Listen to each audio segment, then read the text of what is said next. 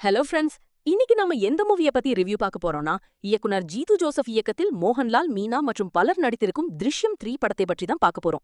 ரிவ்யூக்குள்ள போறதுக்கு முன்னாடி நம்ம சிபி vlog சேனலை சப்ஸ்கிரைப் பண்ணிடுங்க. அப்படியே பெல் ஐகானையும் தட்டி விட்டுடுங்க. சரி வாங்க ரிவ்யூக்குள்ள போகலாம். ஏற்கனவே இந்த படத்தோட முந்தைய 2 பார்ட்டும் வெளியாகி நல்ல வெற்றி படங்களாக அமைஞ்சிருந்தது. இந்த முன்னாடி 2 பார்ட்டியும் நமக்கு தெரிஞ்சாதான் இந்த பார்ட் கண்டிப்பா புரியும். சோ வாங்க முன்னாடி 2 பார்ட்லயும் என்ன நடந்துச்சுன்னா குயிக் ரிவ்யூ பாத்துக்கலாம்.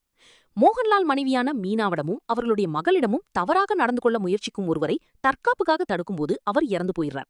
ஆனா அந்த நபர் ஒரு உயர் பதவி பெண் போலீஸ் அதிகாரியின் மகன்.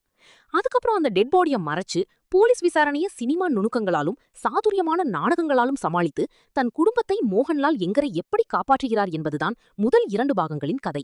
2ஆம் பாகத்துல கூட எலும்புக்கூடு கிடைத்த பிறகும் வழக்கை திசை மாற்றி தப்பித்து விடுகிறார் மோகன்லால். ஆனா இந்த 3ஆம் பாகத்துல மோகன்லால் இப்போ ஒரு பெரிய பணக்காரராக இருக்கார். பசங்களும் பெரியவர்களாகி இருக்காங்க.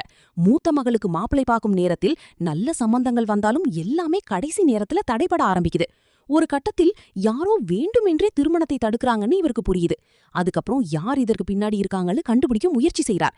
அப்போதான் முதல் பாகத்தில் பாதிக்கப்பட்ட ஒருவரும் 2ஆம் பாகத்தில் பாதிக்கப்பட்ட இன்னொருவரும் சேர்ந்து பழிவாங்க திட்டமிடுறாங்கன்னு இவருக்கு தெரிய வருது.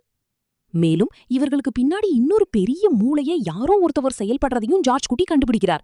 இப்படி மீண்டும் ஒரு பெரிய பிரச்சனையில சிக்கிக்கொள்றார் ஜார்ஜ் குட்டி. இந்த முறை தன் குடும்பத்தை எப்படி காப்பாற்றுகிறார்? மகளின் திருமணம் சிக்கலின்றி நடந்ததா?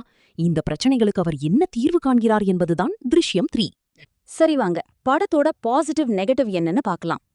பாசிட்டிவ்ஸ்னு பாத்தீங்கன்னா, ஜார்ஜ் குட்டியாக வரும் மோகன்லால் எப்போதும் போல நடிப்புல மிரட்டி இருக்காரு. கிளைமேக்ஸுக்கு முன்னாடி வரும் 1/2 மணி நேர திரைக்கதை மற்றும் ட்விஸ்ட் நல்லா ஒர்க் ஆகியிருக்கு. சில இன்வெஸ்டிகேஷன் சீன்ஸ் ரசிகர்களை என்கேஜ் பண்ணுது. நெகட்டிவ்னு பாத்தீங்கன்னா, முந்தைய 2 பாகங்கள்ல இருந்த அழுத்தமும் ஆழமும் அந்த ரியலிஸ்டிக் ஃபீலும் இந்த பாகத்துல கொஞ்சம் மிஸ் ஆகுது. ஒரு சிலரை தவிர்த்து பல கதாபாத்திரங்களுக்கு பெரிய இம்பாக்ட் இல்ல.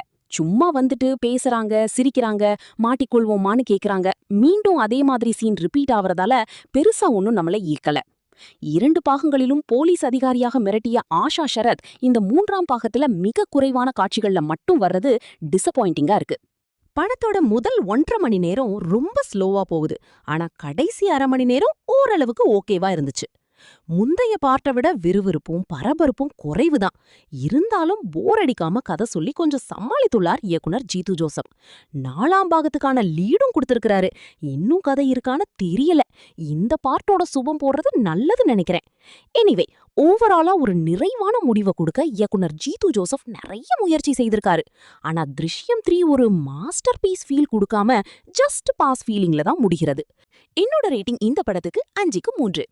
என்னோட ரிவ்யூ உங்களுக்கு பிடிச்சிருந்தா கமெண்ட்ல சொல்லுங்க. இன்னொரு ரிவ்யூல சந்திப்போம். தேங்க்யூ.